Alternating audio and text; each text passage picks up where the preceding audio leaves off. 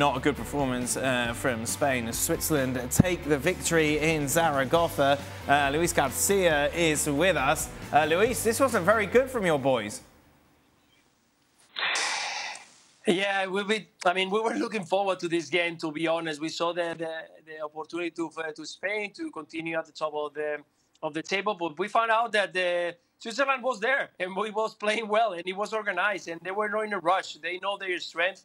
Akanji has been impressive during the whole game, and well, in that pieces we were so sloppy, very bad defending, bad judgment, no communication in between the players.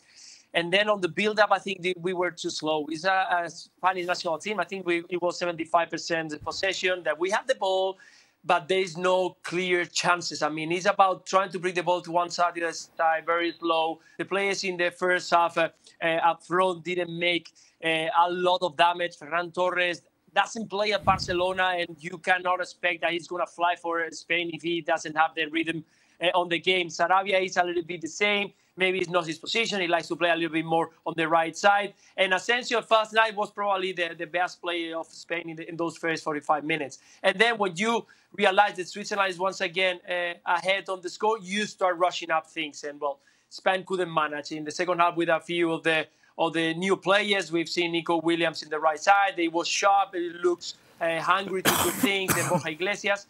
But again, you can see that Spain is still not as the Spain that we want, because of the pace of the ball and because up front you still need players who can score goals. And today we didn't have many. I'd be really disappointed if I was a Spanish fan watching that today.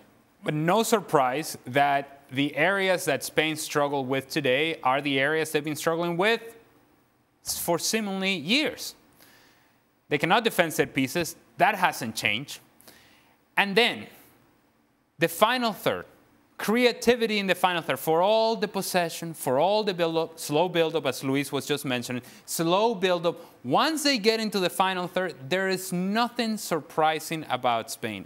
Everything is so very predictable. And we go from point A to point B to point C to point D, and then we come back to point A, and you're not going to break anybody down doing that. And so the fears of Spain going into the World Cup are, where are you going to get the goals from? Are you going to create enough opportunities?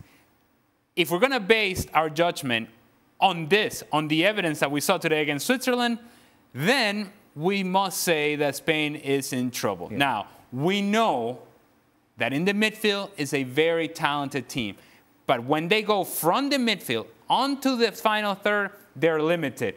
And if I were Luis Enrique, I would look for something different. If I don't think Alvaro Morata is going to be the guy, which may very well be, and that in itself is a problem, let me see what Borja Iglesias looks in that position. Right. Is he going to occupy the two center backs? Because if he occupies the two center backs, then that allows the little guys, Gavi and Pedri, to be able to work underneath. And from there, you perhaps find something different. And because you have Borja Iglesias, you have a presence inside the 18-yard box, which Asensio today, when he came and showed for the ball, well, that's great. And that's how the goal came about. But for the most part, if he takes himself out of the middle, there is no option down the middle. Luis Enrique's got to figure out what is the best combination, and whatever we have done up until this point doesn't quite work because of the personnel that's available. So maybe you try something different. The last opportunity to do so is this last game coming up against Portugal.